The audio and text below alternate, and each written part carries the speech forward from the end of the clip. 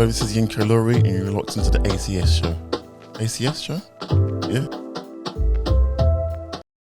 So, episode 8. And we're definitely in our feelings for this one. Yinka, do you believe in love? I do believe in love, yeah. Good. I think everyone has experienced or should or will experience love at some point in their lives. It's real. 100%.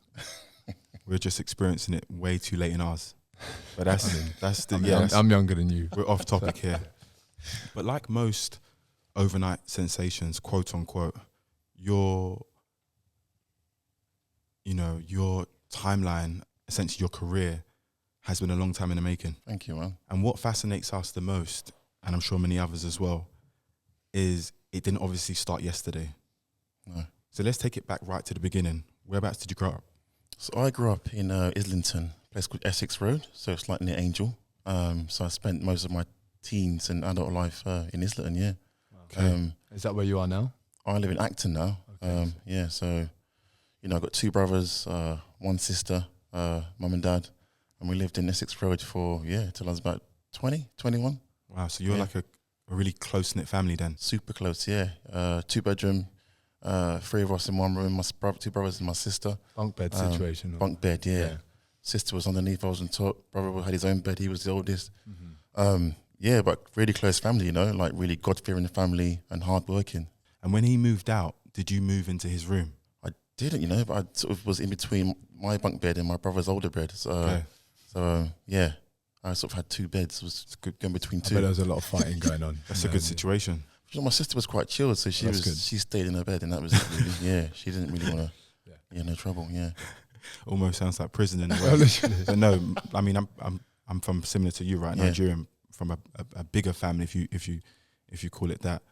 But our situation was literally like 2 bunk beds per room. Yeah. So it was literally like we was boarding in our own homes. I had a bunk bed. Actually, I was quite blessed. I had a bunk bed with a futon underneath for myself as well, yeah.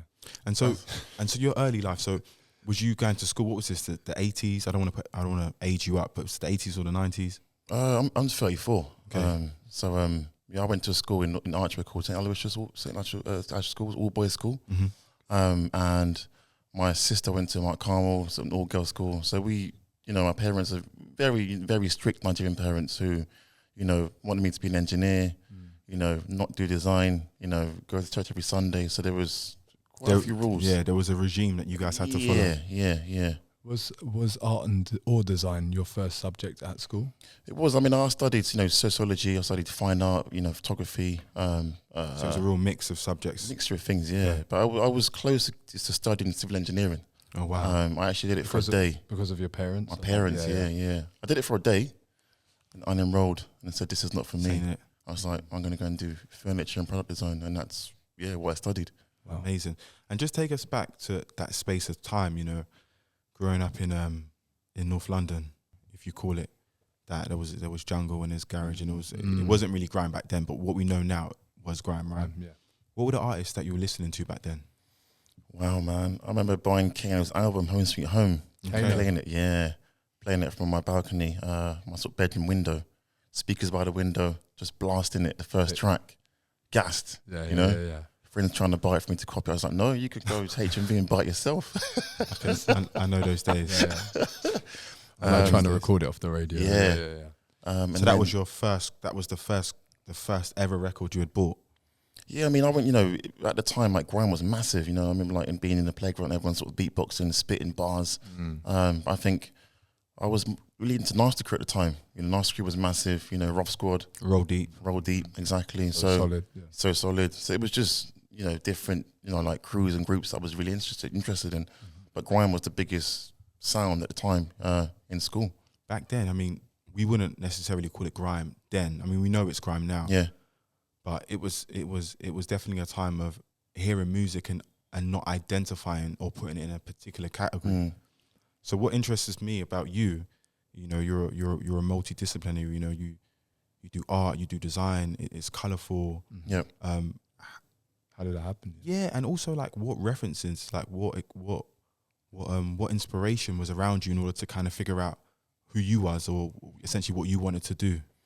Yeah, that's a good question. So my background, I studied furniture and product design. That was my degree. I did it for 3 years.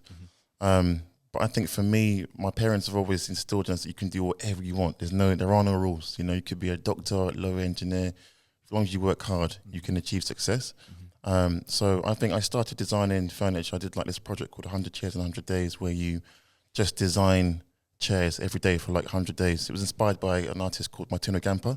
He started this project, and that was what inspired me to do this project individually. And then I had my first show in London. Then I had a show in Lagos, Nigeria, with the Arts Council.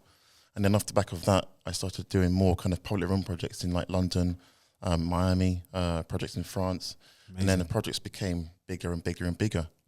So it kind of happened by accident. There was no plan. Was that over the years you got more free reign with those projects and allowed you could do more of what you wanted to do?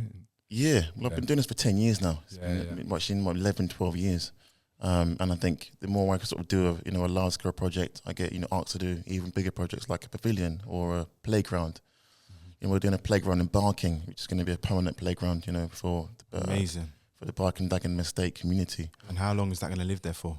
That is there forever. So my kids will see it, grandkids will see it, your kids will see it if you want kids. Wow, that's amazing. Yeah. And I was going to say, like over the last few years, especially this year, we've seen you go from strength to strength.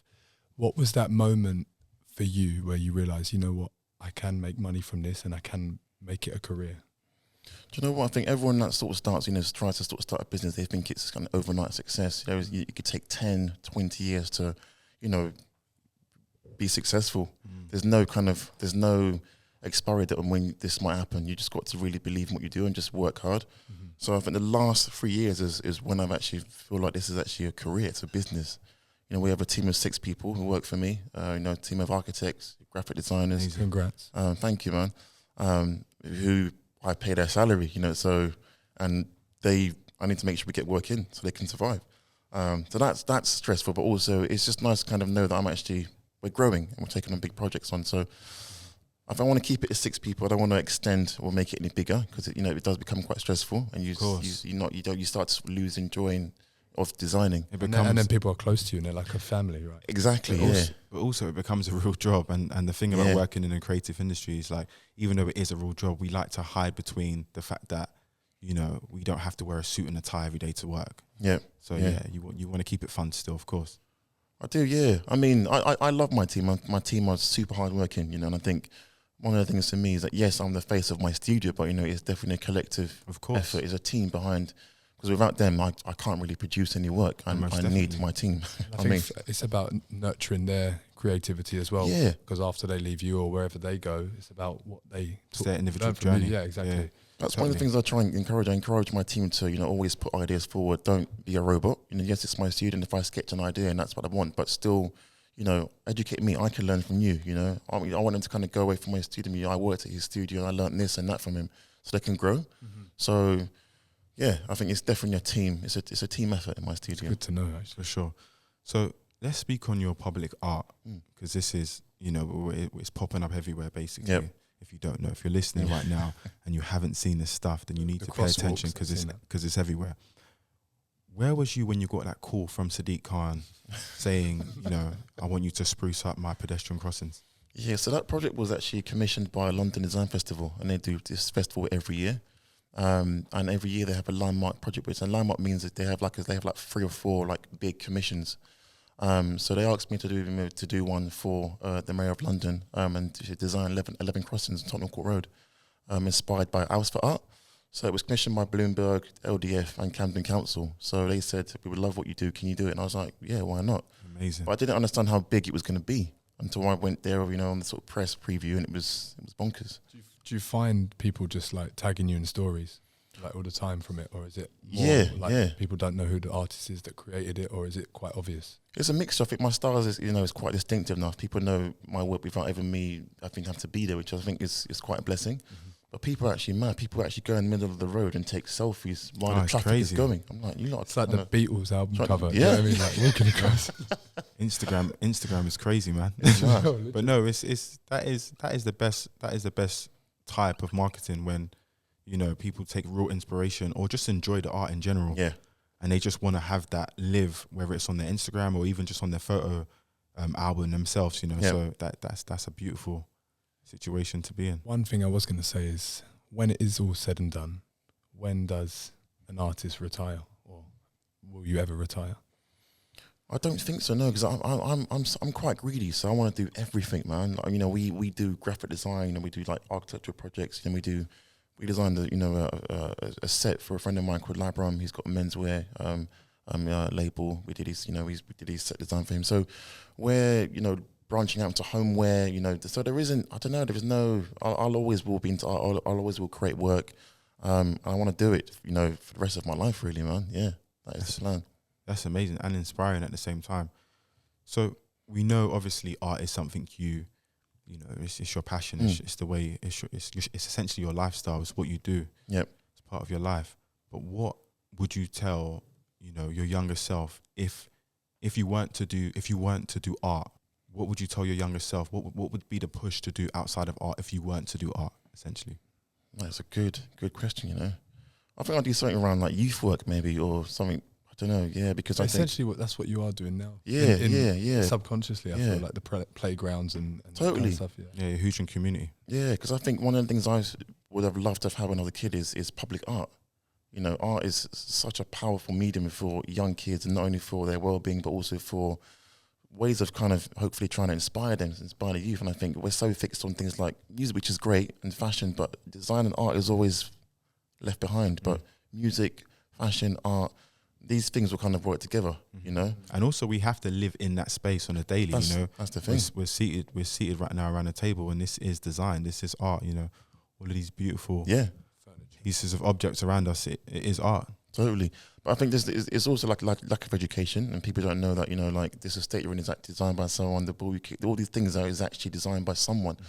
But I think maybe, I'd love to be a youth worker, and maybe just commission artists to kind of, curate or design pieces in public spaces for kids to enjoy and immerse themselves in, I feel like there's still time to do that if you did want to. Do you know what I mean? Do you know what? I've been trying to reach out to my council for so long, Islington Council, but no one is getting back to me, Wow. I would love to do some public work, even for free. Yeah. Literally, you got to pick up whoever. I mean, hopefully they listen to this. Yeah, or literally see pick up the phone. Yinka's calling, man, and that's not a cheap phone call. Absolute pleasure, Yinka. Yeah, thank you so much. Thank you very much, man. Cheers. And also, he's got some flowers to give you. I have. Oh, wow. He was about to forget. I was actually. Where Thanks are for they? reminding me. No One worries. second. Thank you, man. Wow. What's the flower selection there, man? Do you know your... I mean, these were made by Tej, creative director. Oh, thank you, man. Appreciate you, man. Thank you very much. Thanks for having me. Cheers. Pleasure, man. Thank you, man.